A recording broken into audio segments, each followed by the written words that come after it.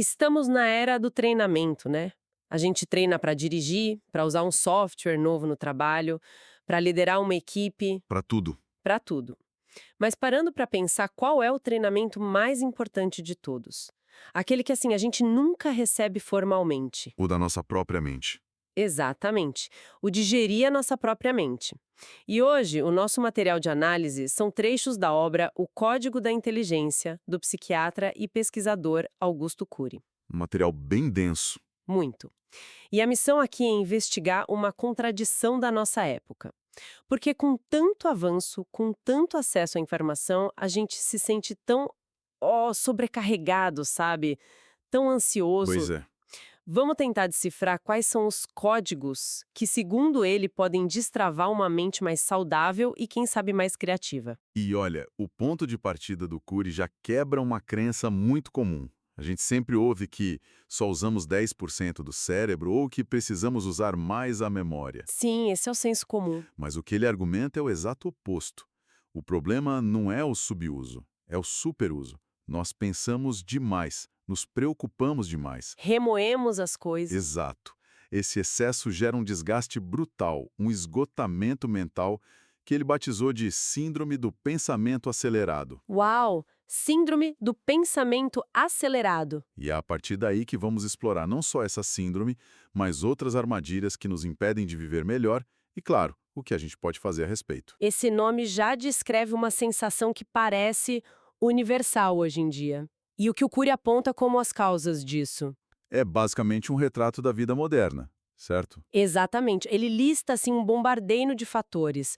O excesso de informação vindo de todos os lados, 24 horas por dia. Não desliga nunca. Nunca. O excesso de estímulos, redes sociais, notícias, a pressão por produtividade. O excesso de atividades e cobranças, tudo isso junto cria uma mente que não para. Que não descansa nem quando dorme. Isso. É como um motor de carro que fica ligado na rotação máxima o tempo todo. Uma hora ele vai superaquecer e começar a falhar. E essas falhas são os sintomas que ele descreve que são, assim, assustadoramente familiares. Irritabilidade por coisas pequenas, sabe? Pura verdade. Aquela flutuação de humor maluca, uma hora tá tudo bem, na outra bate uma angústia sem motivo aparente. Dificuldade de focar numa tarefa só. Isso. E esquecer coisas básicas, como o nome de alguém ou o que ia fazer. E o mais clássico, acordar já cansado, como se não tivesse dormido nada. Sem falar nas dores de cabeça e musculares que os médicos não encontram uma causa física. Exato. E o mais preocupante é o impacto disso nas gerações mais novas. Cury usa uma analogia que eu acho brilhante. Qual? Ele diz que os jovens de hoje, com tantos estímulos, desenvolvem um filme mental rapidíssimo. A mente deles opera numa velocidade tão alta que a realidade parece lenta, entediante. Nossa, faz todo sentido. Imagine o que isso faz com a experiência na sala de aula. O professor falando por 40 minutos se torna uma tortura. Claro. O resultado é uma geração de jovens agitados, insatisfeitos, com um déficit de atenção crônico, não por uma questão neurológica, mas por um condicionamento social. Isso leva direto à crítica que ele faz ao nosso sistema educacional, não é? A escola parece que está preparada para o século passado. Completamente. O foco ainda é em transmitir informações, em entulhar a memória dos alunos com dados, fórmulas, datas. Certo. Mas não se ensina o fundamental, como pensar criticamente, como proteger a própria emoção de gatilhos, como gerenciar os próprios pensamentos. A gente ensina matemática, mas não ensina a lidar com a ansiedade da prova de matemática. Perfeito. É nesse contexto que ele solta uma das frases mais fortes do livro. Somos uma sociedade doente que tem formado pessoas doentes. É uma frase que é um soco no estômago, e para a gente entender como essa doença se manifesta no nosso comportamento, ele descreve o que chama de armadilhas da mente. São padrões que nos aprisionam. Por onde a gente começa? A primeira e talvez a mais comum é o conformismo. É a arte de se acomodar, de aceitar as dificuldades como se fosse um destino inevitável. O famoso é assim mesmo. Isso, não tem o que fazer. Cury faz uma distinção muito clara. O conformista é passivo. Ele se torna uma vítima do próprio passado, das circunstâncias. O oposto seria o ativista, não no sentido político, mas no sentido de ser ativo, de ser autor da própria história. Exato. de ser o autor. Ele usa uma história bem trágica para ilustrar isso, a do Júlio Malta. Ah, sim. Júlio Malta era filho de um empresário riquíssimo. Tinha o melhor carro, as melhores roupas, acesso a tudo. Mas ele nunca precisou construir nada. Ele vivia à sombra da história do pai. Exatamente. O resultado foi um vazio existencial tão grande que ele mergulhou nas drogas, na depressão. O Cury o atendeu, e a conclusão que ele tira é devastadora. Ele diz: um ser humano sem história é um livro sem letras. Nossa. O Júlio tinha todos os recursos materiais, mas não tinha uma narrativa própria, sabe? Não tinha superado desafios, não tinha escrito o próprio livro. Que imagem poderosa. Um livro sem letras.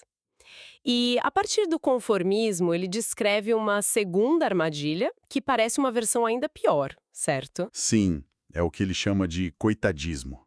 É o conformismo elevado à enésima potência. A pessoa não só se acomoda na dificuldade. Ela faz propaganda dela. Isso, ela passa a fazer um marketing da própria miséria. Ela usa o sofrimento para conseguir atenção, para manipular os outros, para justificar a inércia. É uma posição que, no fundo, traz muitos ganhos secundários. Como pena, cuidado. Isenção de responsabilidades. E tem a história da paciente Maria Lúcia, que ilustra isso perfeitamente. Conta pra gente. Maria Lúcia tinha depressão e usava a doença para controlar a família. Todo mundo vivia em função dela. O pai, principalmente, a superprotegia. Claro. A virada na vida dela aconteceu de uma forma dura. O pai adoeceu gravemente e teve que se afastar. Sem aquele pilar de superproteção, sem a plateia pro coitadismo dela, ela se viu forçada a se levantar. Teve que se virar sozinha. Foi um processo doloroso, mas foi o que a obrigou a parar de ser vítima e começar a ser protagonista. Ou, como Curry diz, a libertar sua inteligência para resolver os próprios problemas. É impressionante como essas duas primeiras armadilhas se conectam com essa ideia de não ser autor da própria história. E a terceira? Essa me parece que a gente vê o tempo todo ao nosso redor. O medo de reconhecer os erros. Totalmente. Cury argumenta que a nossa sociedade cultua super-heróis. A gente valoriza a imagem da perfeição, do sucesso infalível. Isso cria o que ele chama de necessidade neurótica de ser perfeito. E admitir um erro se torna um sinal de fraqueza. Uma mancha inaceitável no currículo. Ele dá exemplos muito fortes. Pensa num professor que humilha um aluno na frente da classe por causa de um erro. Aquilo pode criar um trauma que bloqueia a pessoa para o aprendizado ou para o resto da vida. Ou os pais que exigem que os filhos peçam desculpas e admitam seus erros, mas que agem como deuses, como seres infalíveis que nunca erram na frente dos filhos. Exato. Como se aprende a lidar com o erro se os seus maiores exemplos nunca modelam essa humildade? Não tem como. E esse medo de errar se conecta diretamente com a quarta e última armadilha, não é? Porque se você tem pavor de parecer imperfeito, Como vai se arriscar a fazer algo novo? é a combinação perfeita para a paralisia. Exato. É a quarta armadilha. O medo de correr riscos. Esse medo bloqueia a ousadia, a criatividade, a inovação. A gente prefere ficar no território seguro e conhecido, mesmo que ele seja medíocre. Isso, do que se aventurar no desconhecido, onde existe a possibilidade do fracasso e, portanto, do erro. A frase que ele usa para resumir isso é: quem triunfa sem risco sobe no pódio sem glória. O interessante nessa análise é que ele diz que até o sucesso pode ser um veneno, né? Sim, esse é um ponto contraintuitivo. O sucesso pode ser perigoso porque ele te coloca numa posição confortável. Você tem algo a perder. E o medo de perder o que já foi conquistado te torna conservador, avesso ao risco. Entendi. É nesses momentos que a criatividade explode. É na falta de recursos que surgem as soluções mais geniais. A necessidade realmente é a mãe da invenção. Ok, então temos essas 4 armadilhas que bloqueiam a nossa inteligência. Mas aí a análise do Cury dá uma virada fascinante. Ele mostra que decifrar esses códigos da mente não é uma questão de QI.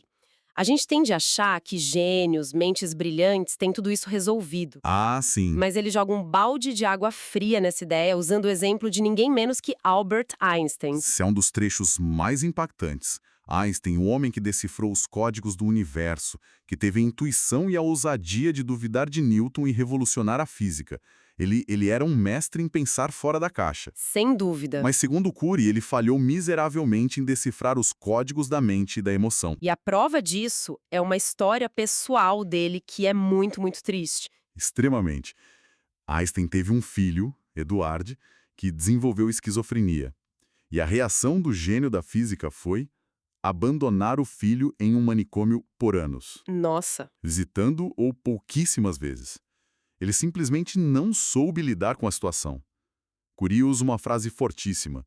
O universo psíquico do filho era mais complexo para Einstein do que a própria teoria da relatividade. Que forte isso. O homem que entendeu as forças do cosmos foi completamente derrotado pelo caos dentro da mente do próprio filho. Ele não tinha as ferramentas da resiliência, do altruísmo, da gestão emocional. É chocante pensar nisso. O homem que desvendou os segredos do universo não conseguiu navegar o mundo emocional do próprio filho. Isso muda completamente a nossa definição de inteligência, não é? Totalmente. Não é só sobre resolver equações. Não mesmo. E ele não para em Einstein. Menciona brevemente também Freud, o pai da psicanálise, outro gênio absoluto, mas que, no campo pessoal, era incapaz de tolerar críticas. Qualquer discípulo que ousasse discordar, Era banido. sumariamente banido do seu círculo. Ele não decifrou o código de gerenciar as contrariedades. E em contraste a esses gênios falhos, ele apresenta um modelo de gestão emocional que é quase sobre-humano na figura de Jesus Cristo. Exato. E, independentemente da visão religiosa, a análise dele é puramente psicológica, focada num momento específico. A última ceia. Isso, ele analisa a cena da última ceia e nos convida a imaginar o cenário. Você está cercado por seus amigos mais próximos, sabe que em poucas horas será traído por um deles, preso e executado da forma mais brutal possível. O estresse máximo. Qual seria a reação humana normal? Pânico, raiva, desespero, acusação. Mas segundo a análise de Curie, Jesus demonstra um controle emocional absoluto. Ele não aponta o dedo para Judas, o traidor. Pelo contrário, Ele o protege. ele o protege, dizendo: o que tens a fazer, faz-o depressa, sem expô-lo ao grupo. Ele mantém a calma, continua seu discurso. É o exemplo máximo de resiliência e gestão da emoção sobre a maior pressão imaginável. Essa comparação é muito poderosa. Se até os maiores gênios intelectuais falharam em aspectos tão básicos da inteligência emocional, por onde uma pessoa comum, como nós, deveria começar? Qual é o ponto de partida? E é por isso que a solução que Curie propõe não é se tornar um gênio da física, mas algo muito mais fundamental e acessível. Ele apresenta o primeiro e mais importante código de todos, o código do eu como gestor do intelecto. Eu como gestor do intelecto. O que isso significa na prática? Significa reconhecer que dentro da nossa mente existe uma instância que ele chama de eu, que é a nossa capacidade de escolher, de observar, de criticar, de decidir. É a nossa consciência. Certo. Na maior parte do tempo, esse eu é um espectador passivo. Ele assiste aos pensamentos passando, às emoções surgindo. Como se estivesse vendo um filme que não pode controlar. Exatamente. Ser gestor da mente é mudar de papel. É sair da plateia, subir no palco e assumir a direção da peça. É decidir ativamente quais pensamentos merecem sua atenção e quais devem ser descartados. Adorei a analogia do diretor da peça. E ele usa outra que torna isso ainda mais prático, a da higiene. Sim, a da higiene psíquica. Ele diz que desde criança aprendemos a fazer a higiene corporal. Escovar os dentes, tomar banho, é automático. Claro. Mas ninguém nunca nos ensinou a fazer a higiene da nossa mente. A gente usa protetor solar para proteger a pele, mas não temos nenhum tipo de filtro para o lixo psíquico que nos atinge todos os dias. Uma crítica destrutiva, uma notícia trágica, a pressão das redes sociais. Uma memória ruim que insiste em voltar. Ok, higiene psíquica soa ótimo. Mas como se faz isso? Não é como se a gente pudesse simplesmente escovar os pensamentos ruins para fora da cabeça. Geralmente, quanto mais tentamos não pensar em algo, mais forte aquilo fica. Exato.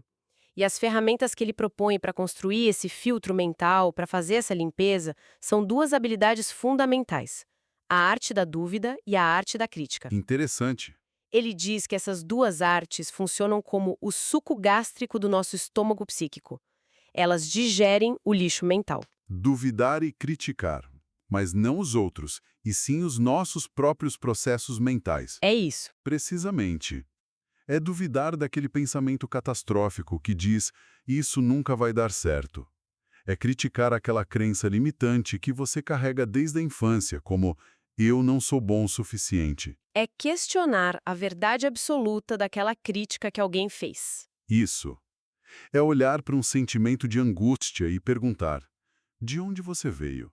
Você é realmente meu ou é fruto de uma pressão externa? Usar a dúvida e a crítica de forma sistemática é o treinamento para que o nosso eu deixe de ser um passageiro apavorado e se torne o piloto da nossa mente. Exatamente. É o primeiro passo para finalmente assumir o papel de ator principal no teatro da vida. Então, se a gente for resumir essa nossa conversa toda, começamos com esse paradoxo de uma sociedade super treinada para o mundo externo, para habilidades técnicas, mas completamente analfabeta para lidar com seu universo interior. O que gera a síndrome do pensamento acelerado. Exato. E essa falta de treinamento nos deixa vulneráveis a armadilhas mentais como o conformismo, o coitadismo e os medos de errar e de arriscar. Certo. Vimos que nem mesmo mentes geniais como a de Einstein estavam imunes a falhas graves na gestão das emoções, o que prova que inteligência emocional e intelectual são coisas bem diferentes.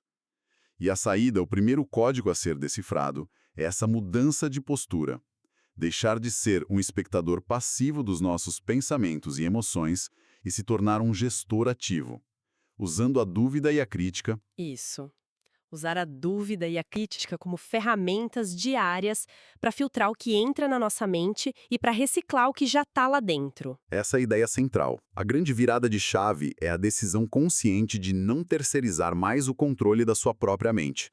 É um trabalho diário, como a higiene física, mas é o que possibilita destravar todos os outros códigos da inteligência. O material de Cury nos deixa com a reflexão poderosa para fechar. Ele afirma que a verdade humana nunca é pura. Ela é sempre uma interpretação, uma narrativa que construímos sobre os fatos. Uma perspectiva interessante. Se tudo o que pensamos sobre nós mesmos, sobre os outros e sobre o mundo é, no fundo, fruto de um sofisticado e muitas vezes inconsciente sistema de interpretação, a pergunta que fica é: qual interpretação estamos escolhendo alimentar hoje?